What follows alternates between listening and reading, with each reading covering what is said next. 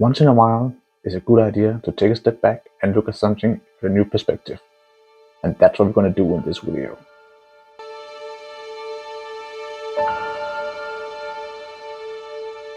In many ways, when I look at how the Business Central mindset is in the consulting world, I think about Blockbuster. The reason why I do this is because we are pretty much like Blockbuster. We think everything we're doing is working as it should, and all our competitors are doing the same, so why should we change something? But at some point we might be facing a market disruptor like Blockbuster did with Netflix. And it just might come sooner than we expect. Imagine that a new player enters our field, where everything is written with a user test case in mind. Everything is written so it is feature-based, so you can turn it on and off any way that you want. And everything is also has a unit test as part of the requirements. On top of that, imagine that the customer themselves could actually be allowed to run a build pipeline with these automated tests to check if everything is working on the next release of Business Central. And if something is not working or something is failing, they could turn off that feature and see if it's still working. Then they can make up their mind if this feature should actually still be used in the new version, or if they need this to be disabled. And if they want it disabled, they can just disable themselves. They don't need any programmer or anyone else to help them with doing so. Also imagine in the same pipelines, they could actually turn on the new features of Business Central, which Microsoft is providing us with, and then also running a pipeline with automated tests to see if things are going to work with these new features turned on. And if they are working, then they could turn on the features and they could automatically spin up a new environment for us, where they can use the manual testing to see if everything is still working from a user side.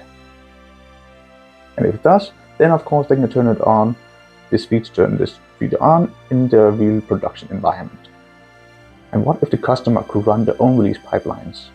So instead of actually having paying the partner to release something to production, they can themselves just run a release pipeline or schedule it whenever they want, and therefore not having to pay a partner to do anything. Pretty much giving more power to the customer themselves over their own solution and taking much of the work that they're paying for out of the equation from the partner side. Now, all of this is actually already possible.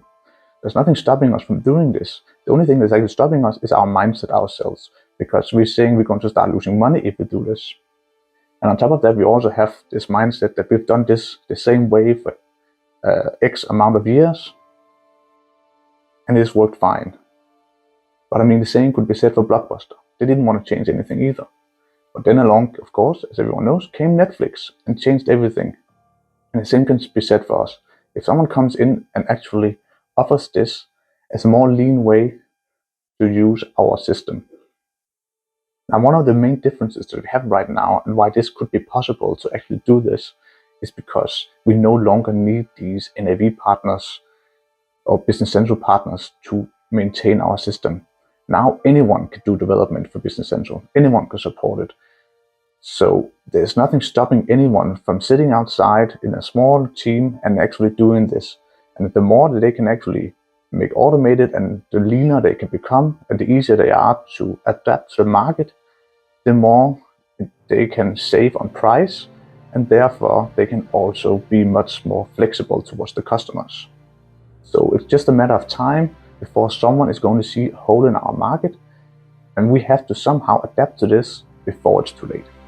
Another thing that we have to start thinking about is this about AI. AI is becoming a more and more thing in our day-to-day work. I mean, you can see just with ChatGPT, which is currently in version 4, how much the AI can actually do for us. And on top of that, you're also seeing it's being more specific towards Business Central with the Central Queue, which was written by Dimitri. While it's not perfect at the moment, at some point it's going to be able to answer many of the questions that we take money for answering. So imagine that a customer, instead of having to ask us, they could just ask an AI on how to use the system. And at some point, someone's also going to make an AI that can actually analyze our system. On top of analyzing the system, they can see, okay, you are now standing on a customer, you have these customization extensions. Maybe this is what you want to do because you have these fields, and when you enter something in this field that is customized, it's going to do this and this and this. Once all this has been handled by AI, we're seeing something about this whole role about us being the support no longer being needed.